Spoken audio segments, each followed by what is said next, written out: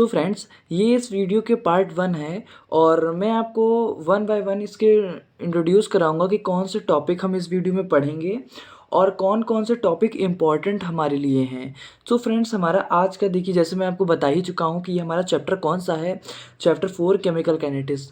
इस चैप्टर में हम हर एक कॉन्सेप्ट को डीपली पढ़ने की कोशिश करेंगे कि ये चैप्टर हमारे लिए क्यों ज़रूरी है, क्लास 12th में है, बोर्ड्स के लिए कितना ज़रूरी है, प्री बोर्ड्स के लिए कितना ज़रूरी है, कौन सा टॉपिक बहुत ज़्यादा इंपॉर्टेंट है।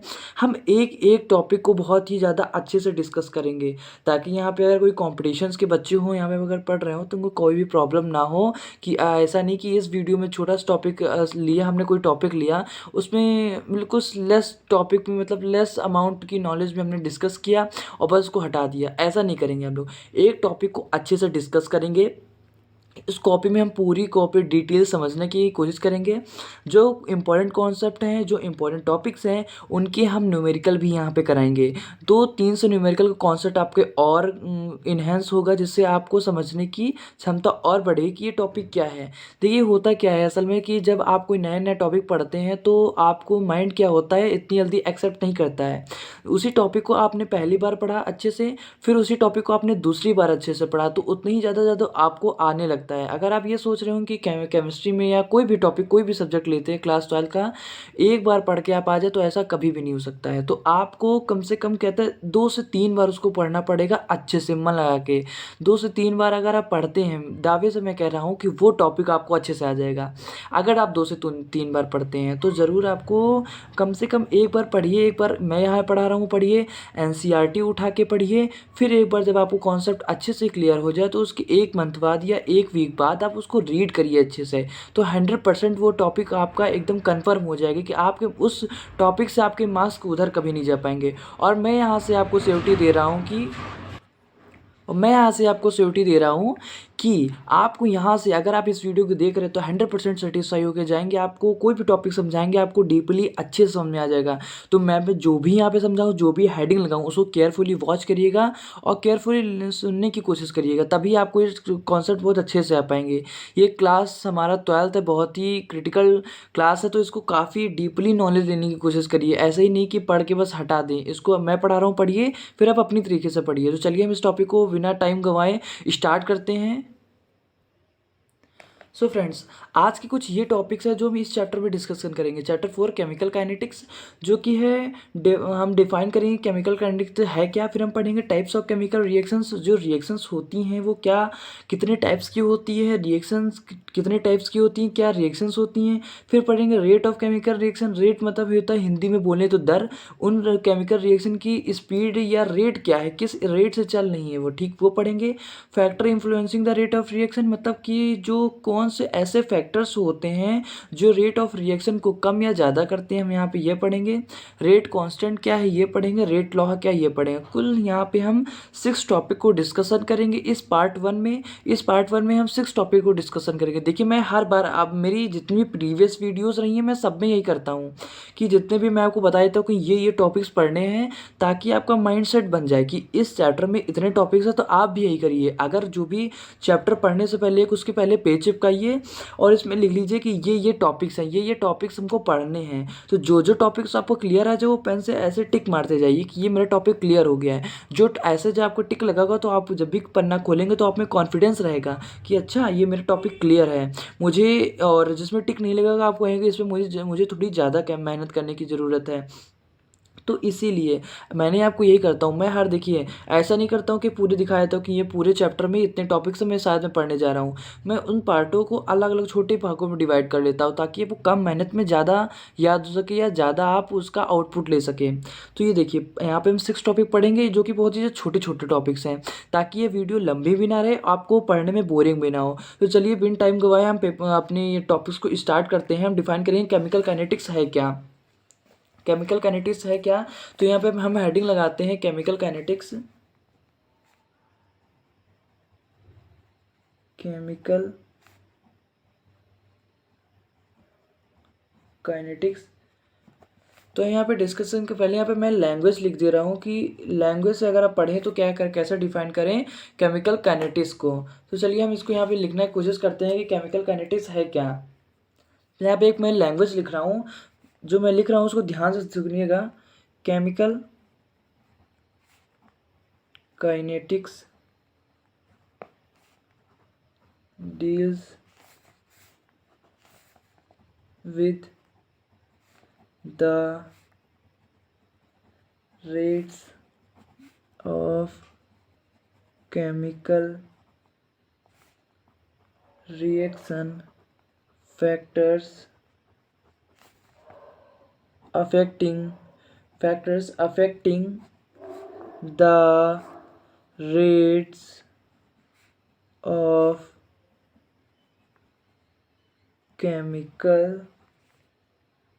chemical reaction and mechanism by which the reaction proceed। So friends आप देख सकते हैं मैंने यहाँ पे क्या लिखा है। मैंने लिखा है कि देखिए, मैं आपको चाहता तो पहले ही बताया था कि ये केमिकल रिएक्शन है, बस आगे नेक्स्ट टॉपिक बढ़ जाता है। लेकिन मैं यहाँ पे लैंग्वेज इसलिए दिखा रहा हूँ कि जो बच्चे यहाँ पे नोट्स बनाना चाहते हैं ईजिली नोट्स बना सकते हैं। और ऐसी सुटेबल लैंग्वेज यहाँ पे लिख रहा हूँ कि जो अगर आपके पेपर में कभी आ जाए कोई केमिकल काइनेटिक्स क्या है डिफाइन करिए, तो आपको पूरे से पूरे आउट ऑफ 4 जितने भी मार्क्स का हो आपको पूरे मार्क्स मिल जाए, सेटिस्फाइड होकर टीचर यहाँ से जाए।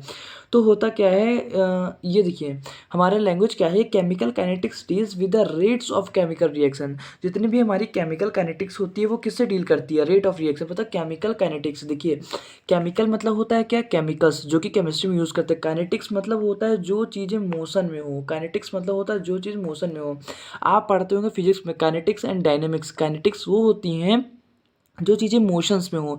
जनरली क्या होता है, जो ऑब्जेक्ट कोई भी फिजिक्स में पढ़ते होंगे तो ऑब्जेक्ट मूव कर रहा है वन प्लेस से अनदर प्लेस, तो उसकी फिर उसमें काइनेटिक एनर्जी क्या आती है, उसमें कितना फ्रिक्शन लग रहा है, वो कितनी एक्सेलरेशन से, वो कितनी वेलोसिटी से, क्या डिस्प्लेसमेंट हुई उसकी, ये तो फिजिक्स में हुई। मतलब वो उसके मोशन के थ्रू जो जो चीज़ें पोजेस की जा रही हैं, इसीलिए उसको बोलते हैं काइनेटिक्स। उसे क्या बोलते हैं, काइनेटिक्स। और जो चीज़ें अपनी प्लेस पे रह के मतलब विदाउट मोशन जो चीज़ें पोजेस करती वही होती है डायनेमिक्स। तो एक होता है काइनेटिक्स, एक होता है डायनेमिक्स। तो इसीलिए यहाँ पे क्या होता है, केमिकल रिएक्शंस क्या होती हैं, प्लेस करती हैं। अब मॉलिक्यूल्स मोशंस करते हैं, इसीलिए वो केमिकल्स फॉर्म करते हैं, इसी प्रोडक्ट बनाते हैं, इसीलिए रिएक्टेंट से प्रोडक्ट बनाते हैं। तो यहाँ पे रिएक्शन क्या होंगी, प्लेस करेंगी, एक्सचेंज करेंगे, रेट बनाएंगी अपनी। इसीलिए यहाँ पे हम पढ़ेंगे केमिकल काइनेटिक्स। क्या पढ़ेंगे, केमिकल काइनेटिक्स। केमिकल काइनेटिक्स में हम ये पढ़ते हैं कि जो रिएक्शन अभी तक आप पूरी केमिस्ट्री में ये पढ़ रहे थे कि क्या था कि ये H2 हमने 2 मोल ऑफ हाइड्रोजन लिया और 1 मोल ऑफ हमने क्या लिया, यहाँ पे ऑक्सीजन लिया। तो ऐसे ही हमने कुछ पढ़ा, तो अब हमें यहाँ पे हमारा बन गया वाटर। तो आप अभी तक ये पढ़ रहे थे कि ये कंपाउंड्स मिलाए तो ये बना, ये कंपाउंड्स मिलाए तो ये बना। लेकिन अब आज तक आपने कोई भी केमिस्ट्री में आज तक आपको किसी ने ये नहीं सिखाया था कि वो रिएक्शन तो उनकी स्पीड क्या है, वो किस स्पीड से हो रही हैं, वो उन क्या चीज़ ऐसा क्यों है कि रिएक्शंस इतनी जल्दी हो रही है, इतनी फास्ट हो रही है। आज तक किसी ने ये नहीं सिखाया था। इसीलिए ये चैप्टर हमारा बनाया गया केमिकल काइनेटिक्स। मतलब जो जितनी भी केमिकल रिएक्शन होती हैं उनकी स्पीड के बारे में पढ़ेंगे और उनके नियर अबाउट टॉपिक्स के बारे में पढ़ेंगे। तो यहाँ पे क्या था, chemical kinetics deals with the rates of chemical reaction, factors affecting the rates of chemical reaction and mechanism of by which the reaction proceed. Chemical kinetics में क्या पढ़ते हैं हम कि रिएक्शन की रेट को पढ़ते हैं कि किस रेट से चेंज हो रही है, धीमे चल रही है या तेज़ चल रही है, क्या ये पढ़ेंगे। और उस रिएक्शन में क्या मिलाने पे रिएक्शन तेज़ हो जाए या कम हो जाए, या उसके कुछ फैक्टर्स पे डिपेंड करती है। मतलब उन फैक्टर को चेंज करने से उसके रिएक्शन में कुछ बदलाव होता है, इसी बोलते हैं फैक्टर्स अफेक्टिंग का rate of reaction. Chemical reaction generally को पहली तो होती है केमिकल रिएक्शन, लेकिन केमिकल हर बार इंट्रोड्यूस हुआ तो हम नॉर्मली उसको क्या बुला सकते हैं, रिएक्शन भी बुला सकते हैं, कोई भी हमारा नुकसान नहीं है। तो इसीलिए उनकी मैकेनिज्म को हम भी पढ़ेंगे, तो उनकी मैकेनिज्म को हम लोग पढ़ेंगे। इसीलिए हम इसमें क्या हुए, इतने टॉपिक्स को हम पढ़ेंगे। पहली बात तो रिएक्शन की स्पीड को पढ़ेंगे, दूसरा हम उसके फैक्टर्स को पढ़ेंगे, तीसरा हम उस रिएक्शन की मैकेनिज्म को पढ़ेंगे। तो यही कुछ बताता है केमिकल काइनेटिक्स। ये अब आई होप आप फ्रेंड्स समझ गए होंगे कि केमिकल काइनेटिक्स हमें क्या बताता है। केमिकल काइनेटिक्स बताता है हमें, रेट्स ऑफ रिएक्शन बताता है, उसके फैक्टर्स मतलब टोटल ऑल अबाउट रिएक्शन पढ़ेंगे। क्या पढ़ेंगे? ऑल अबाउट रिएक्शंस के रिएक्शन पे क्या कौन से फैक्टर्स होते हैं जो अफेक्ट करता है, मैकेनिज्म ऑफ रिएक्शन, एंड हम पढ़ेंगे यहाँ पे रेट ऑफ रिएक्शन। तो इस टॉपिक का दो सबसे ज़्यादा इंपॉर्टेंट टॉपिक है, दो मोस्ट इंपॉर्टेंट टॉपिक हैं जो कि हमारा पहला तो इस वीडियो का दो मोस्ट इंपॉर्टेंट टॉपिक हैं जो कि हमारा है, एक है रेट ऑफ रिएक्शन और दूसरा टॉपिक है factor influencing the rate of reaction. दो इंपॉर्टेंट टॉपिक हमारे बहुत ज़्यादा हैं। तो सबसे पहले हम यहाँ पे लगाते हैं। अब हमने पढ़ लिया केमिकल काइनेटिक्स, पढ़ लिया केमिकल काइनेटिक्स होता क्या, और यहाँ पे पढ़ेंगे मतलब चैप्टर ये हमारा नाम क्यों पड़ा। अब आई होप आप तो अच्छे समझ गए होंगे कि ये चैप्टर हमारा नाम क्यों पड़ा। ठीक है, अब आप ये समझ गए हैं तो अब हम पढ़ने जा रहे हैं कि types of chemical reaction. Chemical kinetics पढ़ लिया, जान के क्या होता है केमिकल काइनेटिक्स। अब पढ़ने जा रहे हैं टाइप ऑफ रिएक्शन। तो यहाँ पे हम डालते हैं type of reaction. Generally reaction कितनी टाइप्स की होती हैं?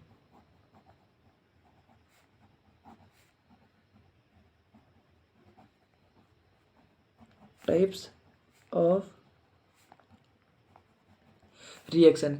जनरली रिएक्शन कितनी टाइप्स की होती हैं? अगर आपसे कोई पूछे, देखिए जनरली रिएक्शन कितनी टाइप्स की होती है, अगर आपसे कोई पूछे भी तो आप उससे कैसे बताएंगे? तो एक तो होती है हमारी इंस्टेंटेनियस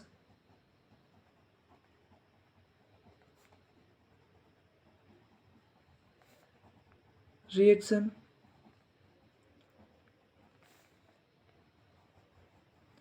इंस्टेंटेनियस रिएक्शन, या फिर कह सकते हैं आप उसे वेरी फास्ट रिएक्शन।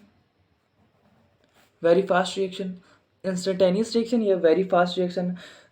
जो रिएक्शन बहुत ही जल्दी हो जाए, जो रिएक्शन बहुत ही जल्दी हो जाए। मान लीजिए कि आपने कोई चीज़ मिलाया और उसमें मान लीजिए कोई चीज़ आपने कोई कंपाउंड लिया, और कभी कभी कंपाउंड में क्या होता है, आप जनरली क्या होता है, हॉट वाटर लीजिए और एक कोल्ड वाटर लीजिए।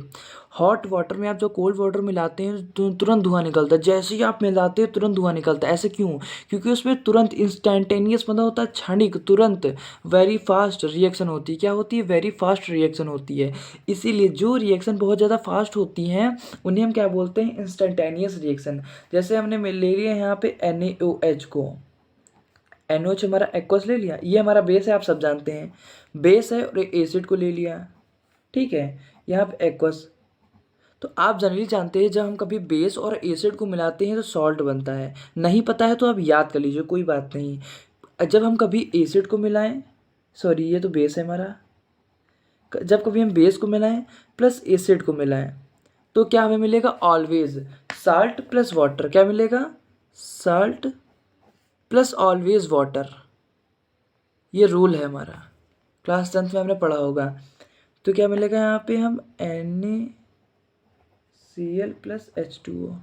ठीक, ये हमें मिला। तो ये क्या हुआ? ये बहुत ही था फास्ट रिएक्शन। जैसे इसको मिलाएंगे तुरंत ये मिलेगा, तुरंत ये मिलेगा, तुरंत की तुरंत मिलेगा। ये रिएक्शन इतनी फास्ट है कि हमको मेजरेबल करना भी बहुत ही ज़्यादा मुश्किल हो जाता। ठीक, तो पहली हमारी हुई इंस्टेंटेनियस रिएक्शन। आपने पढ़ा कि इंस्टेंटेनियस रिएक्शन क्या होती है, आपने यहाँ पे सीखा कि इंस्टेंटेनियस रिएक्शन क्या होती है। तो इंस्टेंटेनियस रिएक्शन वो रिएक्शन होती है, इंस्टेंटेनियस रिएक्शन वो रिएक्शन होती है जो बहुत ज़्यादा फास्ट होती है, आपको मेजर करना बहुत ही ज़्यादा मुश्किल हो जाए। ठीक है, तो ये रिएक्शन आपने जान ली कि इंस्टेंटेनियस क्या रिएक्शन होती है, तो आप समझ ही गए होंगे। अब हम दूसरी रिएक्शन पढ़ते हैं, very slow reaction. Very slow reaction. ठीक है, मतलब आपने भी पढ़ लिया वेरी फास्ट, अब हम पढ़ने आ रहे हैं very slow reaction. Very slow reaction क्या होती है? यहाँ पे आप देखिए, वेरी स्लो रिएक्शन मतलब जो रिएक्शन करने में बहुत ज़्यादा टाइम ले ले, जैसे 1 मंथ का, 1 वीक का, 1 ईयर का, ये काफ़ी लंबा समय ले ले, जो आपको मतलब मेजर करना भी बहुत मुश्किल हो। एक होता बहुत वेरी फास्ट, एक होता वेरी स्लो। जैसे रिएक्शन रस्टिंग, एग्जाम्पल आप लीजिए रस्टिंग। रस्टिंग होने में बहुत ज़्यादा टाइम लग जाता है, काफ़ी महीने डेज लग जाते हैं। ठीक है, मंथ्स लग जाते हैं। तो बहुत ज़्यादा टाइम लग जाता है रस्टिंग होने में। इसीलिए बहुत ज़्यादा इंपॉर्टेंट है कि आपकी पढ़ना की very slow and very fast. Very fast तो आप जान ही गए, अब वेरी स्लो के टॉपिक पे हम डिस्कस कर लेते हैं। अब यहाँ पे देखिए वेरी स्लो रिएक्शंस कौन सी होती हैं, जो बहुत ही ज़्यादा लंबा समय ले लें रिएक्शन होने में, उसे क्या बोलते हैं हम, रस्टिंग। जैसे हो गया, सॉरी, उसको हम क्या बोलते हैं, very slow reaction, very slow reaction. उससे एग्जांपल क्या हुआ, रस्टिंग हो गई, जो काफ़ी डेज और मंथ्स में होती हैं। ठीक है, हमने ये पढ़ ली। और इनको कहता है, अब क्या हुआ देखिए, एक तो होता है वेरी फास्ट। वेरी फास्ट में हम इतनी जल्दी होता है कि उसको मेज़र ही नहीं कर सकते उसकी स्पीड को। और वेरी स्लो में क्या होता है, इतनी धीरे होगी, इतना टाइम ले लेती हैं कि वो उनकी एवरेज रिएक्शन बताना भी हमारे लिए बहुत ज़्यादा मुश्किल हो सकता है। और जैसे एक कभी कभी आप बहुत ज़्यादा ठंडा पानी हो तभी आप नहीं पी सकते, लेकिन बहुत ज़्यादा गर्म पानी हो तभी आप नहीं पी सकते हैं। पानी कब पी सकते हैं, जब वो नॉर्मल में हो। इसीलिए एक थर्ड हमारा टाइप इंट्रोड्यूस हुआ, जो कि हमारा टाइप हुआ मॉडरेट। उनको हम क्या ले सकते हैं, रिएक्शन हैविंग मॉडरेट रेट्स। जो रिएक्शन जिनकी मॉडरेट रेट हो, मतलब ना ही बहुत ज़्यादा स्पीड हो और ना ही बहुत ज़्यादा स्लो, मतलब ना ही बहुत ज़्यादा फास्ट हो और ना ही बहुत ज़्यादा स्लो हो, वो क्या होती हैं, वही रिएक्शंस क्या होती हैं, मॉडरेट रिएक्शन। मतलब आप कोई भी चीज़ हो, ना ज़्यादा गर्म खा सकते हैं ना ज़्यादा ठंडी खा सकते हैं, आप उसको नॉर्मल वे में खाएंगे। ठीक है, तो इसीलिए ये ऐसी रिएक्शंस होती है, ना बहुत ज़्यादा फास्ट हो ना बहुत ज़्यादा स्लो हो, एक नॉर्मल रिएक्शन, तभी आपको मेजर कर सकते हैं, तभी उसके एवरेज रेट को आप कैलकुलेट कर सकते हैं। ऐसी बहुत सारी रिएक्शंस होती हैं जो कि मॉडरेट रेट पे होती है। जैसे कोई चीज़ का डिकम्पोज हो रही है, कोई चीज़ टूट रही है या कोई चीज़ ऐड हो रही है, तो ऐसी बहुत सारी रिएक्शंस हैं जो कि क्या जाता है, मॉडरेट रेट के एग्जाम्पल हैं। तो जनरली इसको लेबोरेटरी में हम लेबोरेटरी की मेथड से हम इसको एक्सप्लेन कर सकते हैं, इसकी रेट को। और जैसे बहुत ज़्यादा डिकम्पोजिशन होता है, डिकम्पोजिशन हो गया, कोई भी ले लो, हाइड्रोजन पर ऑक्साइड ले लो, अमोनियम नाइट्रेट ले लो, नाइट्रोजन पेंटॉक्साइड ले लो, आप कोई भी ले लीजिए, इनका कोई भी डिकम्पोजिशन करा दीजिए, तो ऐसी रिएक्शन क्या होती है, मॉडरेट रिएक्शन होती हैं। ऐसी रिएक्शन क्या कराती हैं, मॉडरेट रिएक्शन कहलाती हैं। तो आई होप आप टाइप्स ऑफ रिएक्शन समझ गए होंगे, instantaneous rate of reaction, very slow reaction and reaction है मॉडरेट। तो अब देखिए, इनकी रिएक्शन तो हम कैलकुलेट कर नहीं सकते हैं। इंस्टेंटेनियस रिएक्शन की जो रेट इतनी फास्ट होती है हम कैलकुलेट नहीं कर सकते हैं। वेरी स्लो इतनी ज़्यादा स्लो होती है कि तब भी हम कैलकुलेट नहीं कर सकते हैं। सो फिर हम किसकी रिएक्शन कैलकुलेट करेंगे, अब आप पूछेंगे तो यहाँ पे हम पढ़ते हैं कि रेट ऑफ रिएक्शन, तो हम यहाँ पे किसकी रिएक्शन कैलकुलेट करेंगे। तो फ्रेंड्स, स्टूडेंट्स, आप यहाँ पे कैलकुलेट करेंगे मॉडरेट रेट, जिनकी जिनकी जिनकी मॉडरेट रेट होंगी। ना ही आप फास्ट रिएक्शन कैलकुलेट कर सकते हैं, जो बहुत ज़्यादा फास्ट हो उनकी भी आप नहीं कैलकुलेट करेंगे, जो बहुत ज़्यादा स्लो हो आप रेट उनकी भी नहीं कैलकुलेट करेंगे। तो आप यहाँ पे सिर्फ और सिर्फ रेट किसके कैलकुलेट करेंगे, स्पीड किसकी कैलकुलेट करेंगे, सिर्फ मॉडरेट रिएक्शन की, सिर्फ मॉडरेट रिएक्शन की। जो रिएक्शन मॉडरेट होंगी सिर्फ उनके बारे में पढ़ेंगे, वेरी स्लो और वेरी फास्ट के बारे में हम नहीं पढ़ेंगे। तो इसका मतलब आपने यहाँ पे ये सीखा कि आप इस पूरे चैप्टर में जो भी रिएक्शन पढ़ेंगे वो सब मॉडरेट रेट की होंगी। इस चैप्टर में आप जो भी रिएक्शन पढ़ेंगे वो सिर्फ किसकी होंगी, मॉडरेट रेट की रिएक्शन होंगी। तो आपने यहाँ पे ये सीखा कि केमिकल काइनेटिक्स क्या होता है, टाइप्स ऑफ रिएक्शन आपने यहाँ पे सीखा। अब हम इसके नेक्स्ट टॉपिक में बढ़ते हैं।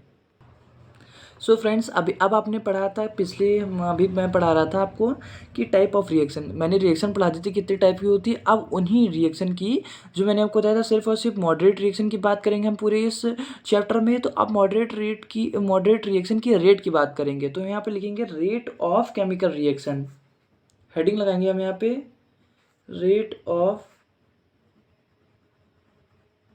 Chemical reaction. हम यहाँ पे टॉपिक डिस्कस करेंगे रेट ऑफ केमिकल रिएक्शन। तो यहाँ पे अगर हम पहले इसको ऐसे ले सकते हैं,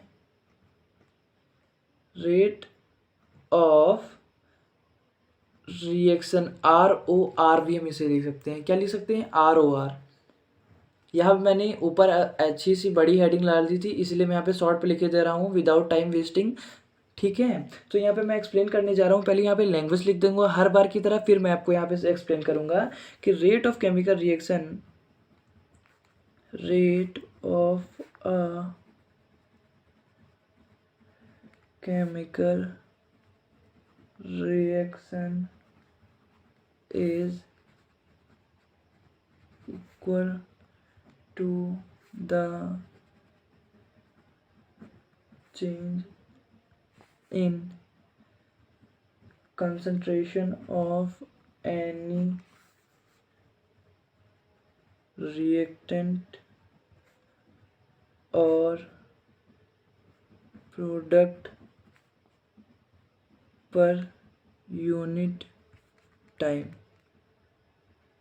इसका मतलब है, ये लैंग्वेज हमें क्या बता रही है कि रेट ऑफ केमिकल रिएक्शन, जो केमिकल रिएक्शन की रेट है, रेट यानी speed, is equal to the change in concentration of any reactant और प्रोडक्ट पर यूनिट टाइम। मतलब कि रेट ऑफ रिएक्शन, अब आपने यहाँ पे क्या सीखा कि किसी भी, अगर आप जान गए होंगे कि आपने, अच्छा आप कहेंगे ओ, अब यहाँ पे क्या होगा कि यानी कि जब कभी कंसंट्रेशन चेंज करती है किसके रिस्पेक्ट में, टाइम के रिस्पेक्ट। मान लीजिए टाइम बढ़ रहा है 1 सेकेंड, 2 सेकेंड, 3 सेकेंड, तो यहाँ पे कंसंट्रेशन मान लीजिए क्या है, या तो अगर रिएक्टेंट में होगी तो घटेगी, प्रोडक्ट में होगी वो बढ़ेगी। मैं यहाँ पे आपको डीपली मैं अच्छे से एक्सप्लेन करूँगा इन 10-15 मिनट पे, सिर्फ और सिर्फ रेट ऑफ रिएक्शन के बारे में मैं बात करूँगा। ठीक है, तो यहाँ पे क्या होगा, जब कंसंट्रेशन में चेंज करेंगे, हम क्या करेंगे, कंसंट्रेशन में चेंज करेंगे विद रिस्पेक्ट टू टाइम। जब हम कंसंट्रेशन में चेंज करेंगे विद रिस्पेक्ट टू टाइम, उसे हम क्या बोलेंगे, रेट ऑफ रिएक्शन। तो इतनी लंबी लैंग्वेज अगर आप नहीं लिखेंगे, अपने मन से शॉर्ट पे बना के लिखना चाहेंगे तो कैसे लिखेंगे, the change in a concentration with respect to time is called rate of reaction. The change in concentration, मतलब जब कंसंट्रेशन में हम चेंज करेंगे with respect to time, time के समकक्ष में, तो उसे हम क्या बोलेंगे, रेट ऑफ रिएक्शन। देखिए हम ऐसे करते हैं, देखिए मान लीजिए यहाँ पे कोई चीज़ रिएक्टेंट है। रिएक्टेंट तो आप जानते ही होंगे क्या चीज़ होती है, प्रोडक्ट। प्रोडक्ट हम यहाँ पे बना, मान लीजिए कोई चीज़ रिएक्टेंट से प्रोडक्ट में बनी, तो अब देखिए मान लीजिए रिएक्टेंट हमारे यहाँ पे क्या है, ए हमने चीन लिए, एक हमने बी चीन ली, उसका कॉफिशिएंट ए है, इसका कॉफिशिएंट स्मॉल बी है, तो इसको हमने यहाँ पे मिलाया तो हमारी बनी ये, इसका कॉफिशिएंट स्मॉल सी है और प्रोडक्ट में मिला capital C, and capital D इसका कॉफिशिएंट है कैपिटल स्मॉल डी। ठीक है, आपको यहाँ पे ये मिला। जब हमने ए और बी मिलाया तो प्रोडक्ट में सी और डी मिला।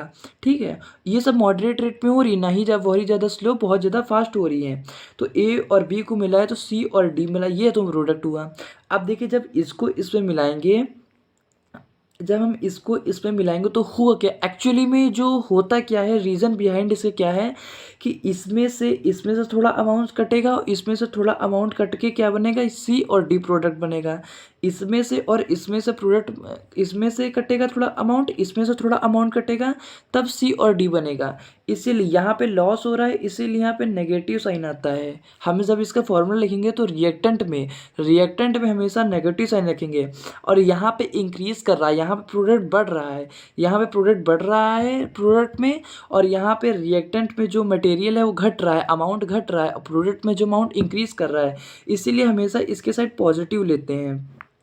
तो जब कभी भी हम रेट लिखेंगे तो यहाँ पे क्या हो रहा है, अमाउंट जो हो रहा है घट रहा है, यहाँ पे क्या हो रहा है, अमाउंट हो रहा है घट रहा है, तो इसको हम लोग क्या लिखेंगे, डिस अपीयरेंस, क्या लिखेंगे, डिस अपीयरेंस। और यहाँ पे हम क्या लिखेंगे, अपीयरेंस। ठीक, यहाँ पे दिख रहा है, यहाँ पे घट रहा है, रिएक्टेंट में क्या होता है, घटता है, रिएक्टेंट से ही तो घट घट के प्रोडक्ट बन रहा है। देखिए आप जनरली क्या करते हैं, आप मान लीजिए यहाँ पे ले लीजिए, यहाँ पे आप ले लीजिए वाटर। ठीक है, आपने यहाँ पे वाटर लिया, आपने वाटर लिया, यहाँ पे चीनी के पार्टिकल्स मिलाए, आपने यहाँ पे शुगर ली, यहाँ पे आपने क्या ली, शुगर ली, आपने मान लीजिए यहाँ पे चीनी के पार्टिकल्स मिलाए, बहुत ज़्यादा छोटे छोटे। ठीक है, चीनी के आपने पार्टिकल्स मिला दिए यहाँ पे। अब तो आपने यहाँ पे चीनी के पार्टिकल्स मिला दिए हैं, तो आपने यहाँ पे अब क्या देखा कि देखिए जो चीनी के पार्टिकल्स हैं, तो पहले देखिए चीनी का स्वाद अलग था और पानी का स्वाद अलग था, लेकिन अब यहाँ पे मिलकर के एक पूरा सोल्यूशन बना है, तो इस पूरे सोल्यूशन का स्वाद अलग है। तो यहाँ पे रिएक्टेंट शुगर और वाटर मिलकर के एक नया प्रोडक्ट बनाया है। तो अब यहाँ पे क्या हुआ, चीनी घटी, चीनी घटी, पानी में मिली, पानी आपस में मिक्स हुआ। तो ऐसा क्या हुआ, अब देखिए अगर यहाँ पे हमने 10 ग्राम शुगर ली, 90 ml पानी लिया, 90 ml पानी लिया, तो यहाँ पे क्या हुआ, अब यहाँ पे टोटल 100 कुछ ऐसा ग्राम का यहाँ पे क्या मिला, सोल्यूशन मिला। तो जो इसका वॉल्यूम होता है, जो हम बना रहे हैं वॉल्यूम, वो होता है, वो चेंज नहीं होता है, वॉल्यूम नहीं, जो नेट वॉल्यूम सेम रहता है, नेट वॉल्यूम सेम रहता है। पर ऐसा क्या होता है, रिएक्टेंट का मटेरियल, जो रिएक्टेंट का जिसे हम कहते हैं अमाउंट होता है, वो डिक्रीज करता है, इसीलिए बोलते हैं डिसअपियरेंस। और प्रोडक्ट में कुछ होता है जो जो यहाँ पे डिक्रीज करता है, वही चीज़ यहाँ पे बढ़ती है, इसीलिए बोलते हैं अपीयरेंस। तो इसीलिए इसके आगे हम लगा देते हैं रेट और ऑफ। तो यहाँ पे आ गया रेट ऑफ डिसअपियरेंस और रेट ऑफ अपीयरेंस। ठीक है, इसके नाम से जानते हैं। तो हम रेट अलग अलग रिएक्शन के निकालते हैं। अगर देखिए, अगर आपसे कोई कि रेट ऑफ रिएक्शन बताओ, तो रिएक्शन तो ये पूरी हो रही है, आप ऐसे कैसे किसकी बता सकते हैं। तो रिएक्टेंट की अलग रेट बताएंगे, रिएक्शन बताएंगे, और रेट ऑफ रिएक्शन प्रोडक्ट की अलग बताएंगे। तो जो रेट ऑफ रिएक्टेंट की हम बताएंगे, उसको हम किस नाम से जानेंगे, रेट ऑफ डिसअपियरेंस के नाम से जानेंगे। और जब हम रेट ऑफ प्रोडक्ट की बात करेंगे कि किस दर से प्रोडक्ट बन रहा है, तब हम किसकी बात करेंगे, रेट ऑफ अपीयरेंस। तो रेट ऑफ डिसअपियरेंस और rate of appearance, I hope friends आप समझ गए होंगे कि मैं यहाँ पे क्यों यहाँ पे इतने अच्छे से यहाँ पे लिखा हूँ, पहले डिसअपियरेंस फिर बताया मैंने क्या होता है रेट ऑफ डिसअपियरेंस। तो आप समझ गए होंगे, जब हम कभी रिएक्टेंट की रेट की बात करेंगे तो रेट ऑफ डिसअपियरेंस के पढ़ेंगे, और जब प्रोडक्ट की बात करेंगे तो रेट ऑफ अपीयरेंस पढ़ेंगे। ठीक है, तो यहाँ पे हम लिख सकते हैं, अब यहाँ पे अगर हम बात करेंगे rate of disappearance of R मतलब रिएक्टेंट, तो ऐसे हम लिख सकते हैं रिएक्टेंट। ठीक, तो यहाँ पे हम लिखना चाहेंगे, देखिएगा, तो यहाँ पे हम पढ़ेंगे रेट ऑफ डिसअपियरेंस। मैं यहाँ पे दिख रहा हूँ ताकि आप कंफ्यूज ना हो, रिएक्टेंट यहाँ पे लिखा दे रहा हूँ, आर से रिएक्टेंट आप समझ जाइएगा, कंफ्यूज मत होइएगा। तो इसका कुछ फॉर्मूला होता है, decrease in concentration of R मतलब बच्चों रिएक्टेंट, यहाँ पे कंफ्यूज मत होइएगा, ठीक है, कंफ्यूज मत होइएगा। अब टाइम टेकन, तो यहाँ पे क्या होगा, टाइम टेकन। तो decrease in concentration of R upon time taken, ठीक है, ये कंफ्यूज मत होइएगा। तो जितना यहाँ पे मैंने आपको बताया था कि रिएक्टेंट में क्या होता है, जो अमाउंट होता है वो घटता जाता है, मतलब कंसंट्रेशन में चेंज होती रहती है, कंसंट्रेशन घटता जाता है, और जो कंसंट्रेशन घटता है वो यहाँ पे बढ़ता है, इसीलिए डिक्रीज। तो हम इस अब हमने डायरेक्ट कह दिया डिक्रीज इन कंसंट्रेशन, क्या हमने कह दिया direct, decrease in concentration with respect to time, जो कि टाइम लग रहा है। अब जितना टाइम उसको घटने में लग रहा है वो यहाँ पे होगा, उसी इसीलिए टाइम टेकन, इसे जितना वो टाइम ले रहा है घटने में वो यहाँ पे लिखेंगे, और जितना डिक्रीज हो रहा है कंसंट्रेशन वो यहाँ पे लिखेंगे। तो शॉर्ट फॉर्मूले लिखेंगे, इसलिए पे हम नेगेटिव साइन लगाते हैं, मैंने आपको अभी बताया था, कंफ्यूज मत होइएगा, भूलिएगा मत, बहुत ज़्यादा इंपॉर्टेंट टॉपिक है, 1-2 नंबर में बहुत ज़्यादा इंपॉर्टेंट है। और रिएक्टेंट, तो केमिस्ट्री में हम लोग कंसंट्रेशन को इस ब्रैकेट के नाम से जानते हैं, कंसंट्रेशन को इस ब्रैकेट के नाम से जानते हैं, कंफ्यूज मत होइएगा। और डेल टी मतलब चेंज इन कंसंट्रेशन, देखिए आप लोग यहाँ पे जान लीजिए, नोट में यहाँ पे डाल के लिखाई दे रहा हूँ,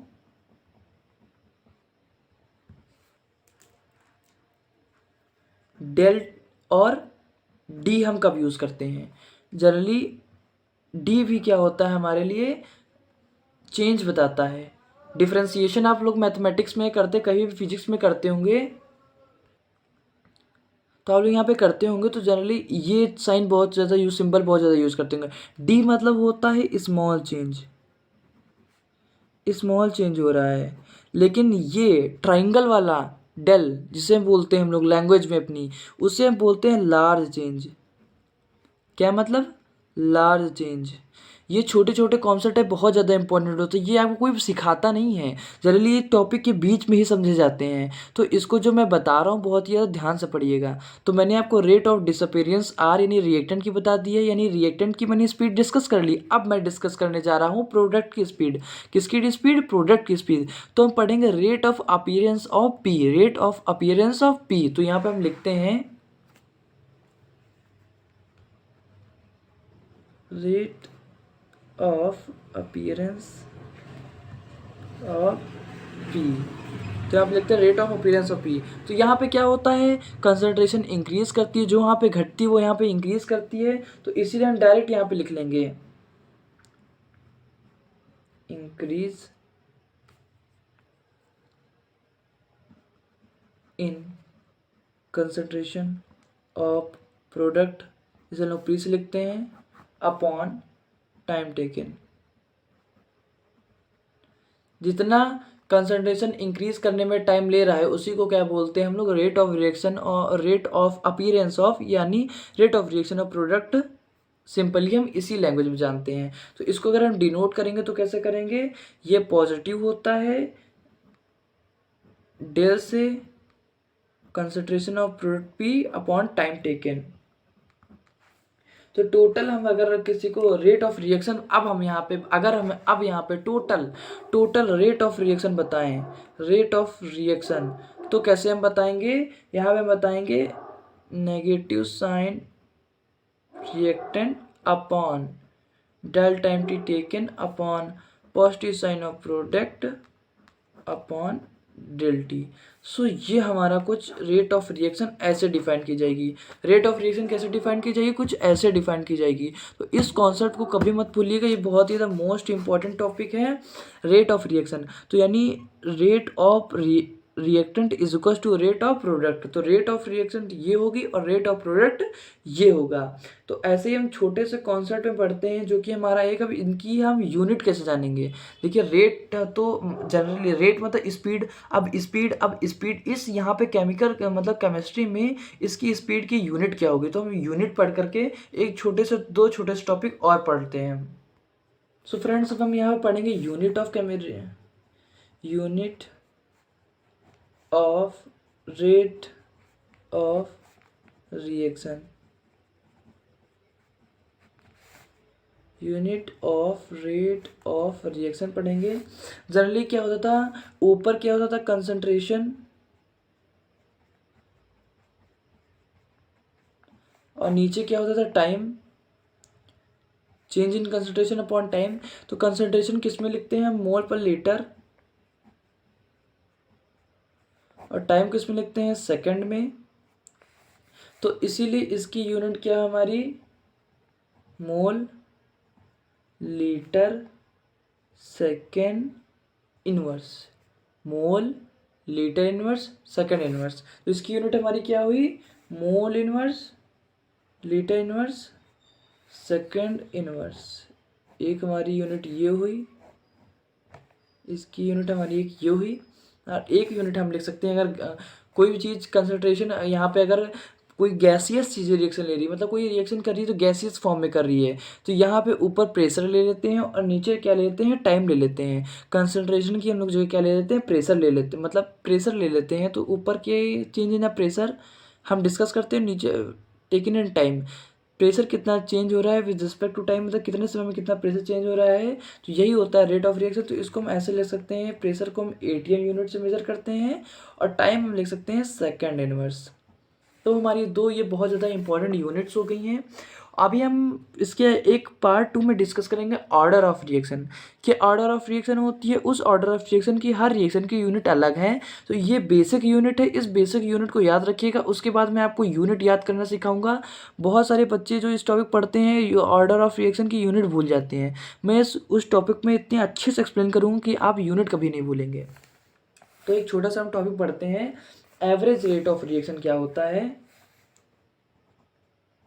यहाँ पे हम लगाते हैं एवरेज रेट, क्या पढ़ते हैं हम लोग, एवरेज रेट, जिसको हम लिख सकते हैं एवरेज रेट।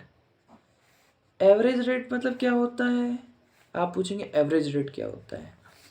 एवरेज रेट मतलब जो स्पीड पूरी रिएक्शन में शो करता है उसका कैलकुलेशन निकाले, वो होता है एवरेज रेट। उसका क्या होता है, एवरेज रेट। तो हम इसकी लैंग्वेज लिखेंगे, लैंग्वेज लिख के हम समझने की कोशिश करेंगे। मतलब average rate is equal to the average change in the molar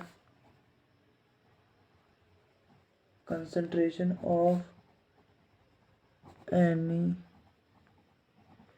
reactant and product during a definite interval of time. इसका मतलब है कि average rate is equal to the average change in concentration. Average change in, तो average rate is equal to the average in change in the molar concentration of any reactant and product during a definite interval of time.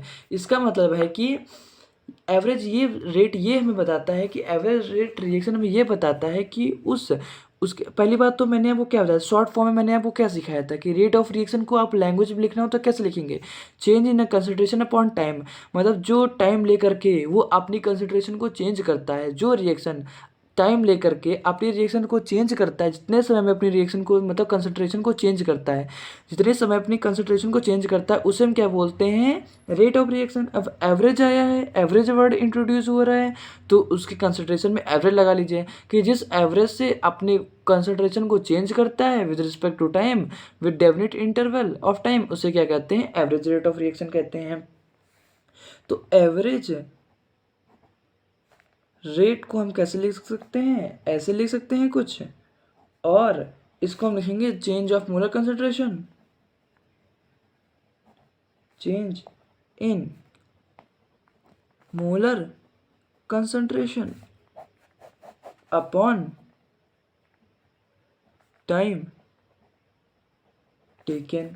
सो यहाँ पे हम कैसे लिखना चाहेंगे, इसको हम कुछ ऐसा लिख सकते हैं, change in molar concentration upon with respect to time.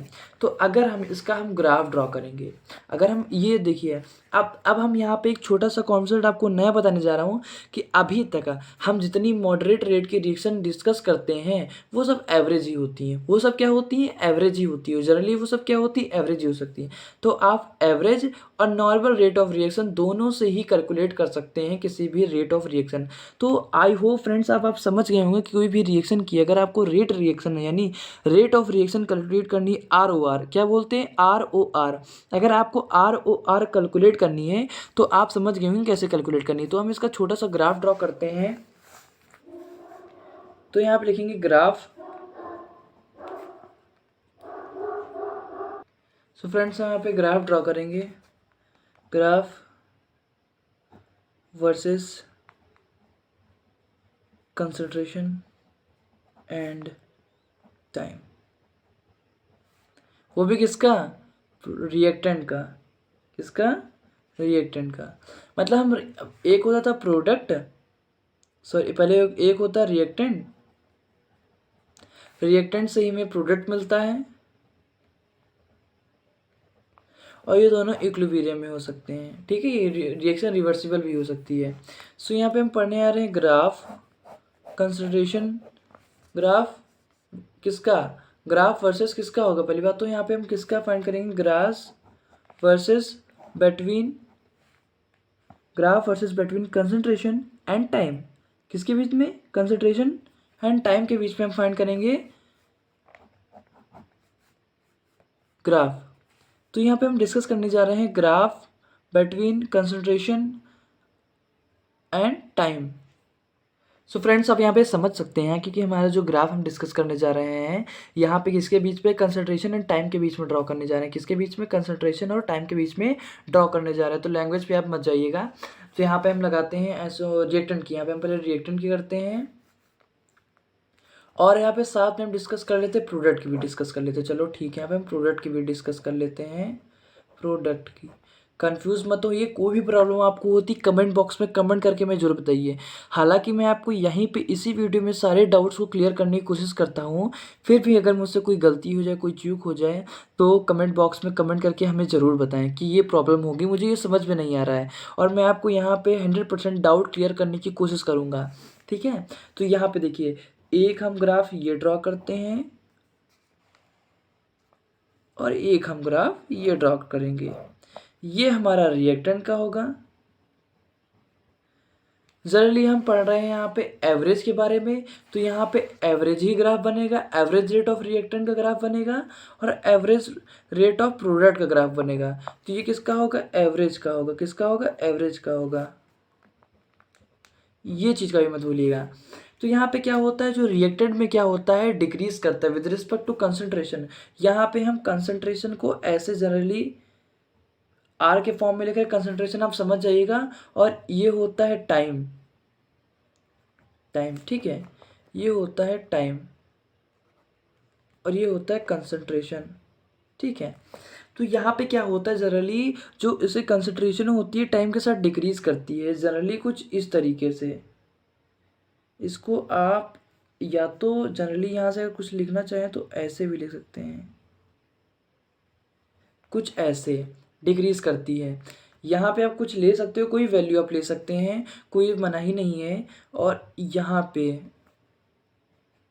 ऐसे, मतलब जब आप टाइम ज़्यादा है आपका तो कंसंट्रेशन कम है। देख रहे हैं आप, जब यहाँ पे कितने ज़्यादा है, मान लीजिए यहाँ पे 30 सेकंड है तो कंसंट्रेशन 0.5 मोलर है। लेकिन जब यहाँ पे आप जीरो पे आ रहे हैं तो जब जीरो टाइम पे है तो कंसंट्रेशन सबसे ज़्यादा है।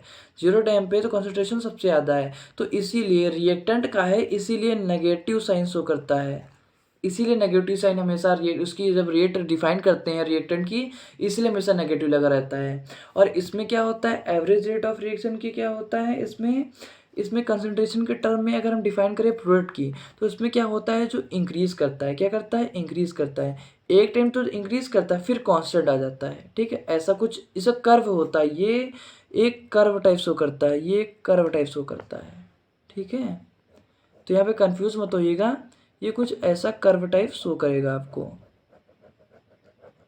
ये कुछ ऐसा कर्व टाइप आपको यहाँ पे शो करेगा।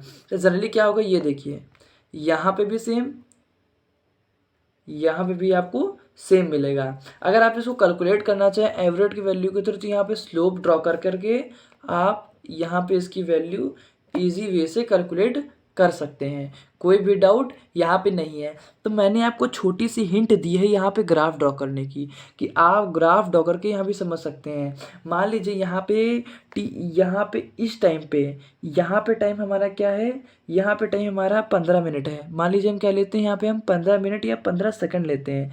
यहाँ पे हमारा 15 सेकंड है, क्या होता है, 15 सेकंड है, ठीक। और यहाँ पे कंसंट्रेशन हमारी क्या है, 0.01, 0.01 कंसंट्रेशन है। और फिर एक हम यहाँ पे लेते हैं, ये यहाँ पे हमारा क्या है, 5 सेकंड, यहाँ पे क्या है, 5 सेकंड हमारा टाइम है। और यहाँ पे हमारी इतने में कंसंट्रेशन हमारी क्या है, मान लीजिए यहाँ पे इतनी कंसंट्रेशन लेते हैं 0.02। तो अब आपको यहाँ पे रेट ऑफ रिएक्शन निकालनी हो तो मैं यहाँ पे एग्जांपल देके समझा रहा हूँ, समझने की कोशिश करिएगा। एग्जांपल यहाँ पे छोटा छोटा लिख रहा हूँ, एग्जांपल। तो यहाँ पे देखिए एग्जांपल, ये तो यहाँ पे आप क्या लिखेंगे, मैं एग्जांपल लिखने जा रहा हूँ। तो इसकी कंसंट्रेशन यहाँ पे क्या है, यहाँ पे x1 यहाँ पे क्या है, 0.01 कंसंट्रेशन है, ये क्या है, कंसंट्रेशन है। और 0.02 क्या है, x2 है। तो यहाँ पे x2 0.02 minus x1 0.01 upon time, upon क्या है, time, change in time, change in concentration upon change in time. तो जनरली क्या होता है, बड़े से छोटा माइनस करते हैं, change in concentration upon change in time. तो क्या हुआ, 0.01 अपॉन 10, ये हमारा हो गया। तो हमारी क्या हुई, 0.001, यहाँ पे क्या हुई, हमारा रेट ऑफ रिएक्शन हो गई, क्या हो गई, रेट ऑफ रिएक्शन। तो ऐसे ग्राफ कर को देख करके हम ऐसे वैल्यू कैलकुलेट कर सकते हैं। ये रिएक्टेंट की एवरेज रेट हुई, ये प्रोडक्ट की एवरेज रेट हुई। तो आई होप फ्रेंड्स आप इस टॉपिक को अच्छे से समझ गए होंगे, कहीं भी आपको डाउट नहीं क्लियर रहा होगा कि ग्राफ किसके बीच में है, concentration versus time, concentration versus time. Language पे मत जाइएगा, ठीक है। तो यहाँ पे वो भी किसका, प्रोडक्ट रिएक्टेंट का और प्रोडक्ट का। ये एवरेज रेट ऑफ प्रोडक्ट है, ये एवरेज रेट ऑफ रिएक्शन है। अगर ना दिख रही हो तो आप मैं इसको दिखा दे रहा हूँ सही से, ठीक है। ये तो कुछ ऐसा है। तो ये आई होप फ्रेंड्स ये आपको छोटा-सा एग्ज़ाम्पल बहुत ही प्यारा और ईज़ी वे में आपको समझ में आया होगा। और नहीं भी आपको समझ में आया तो कमेंट करके बताइए, हम ज़रूर अच्छे से एक अलग से सेपरेट वीडियो अपलोड करेंगे। तो मैंने आपको यहाँ पे ग्राफ के तरीके से अच्छे से समझा दिया कि एवरेज रेट क्या होती है।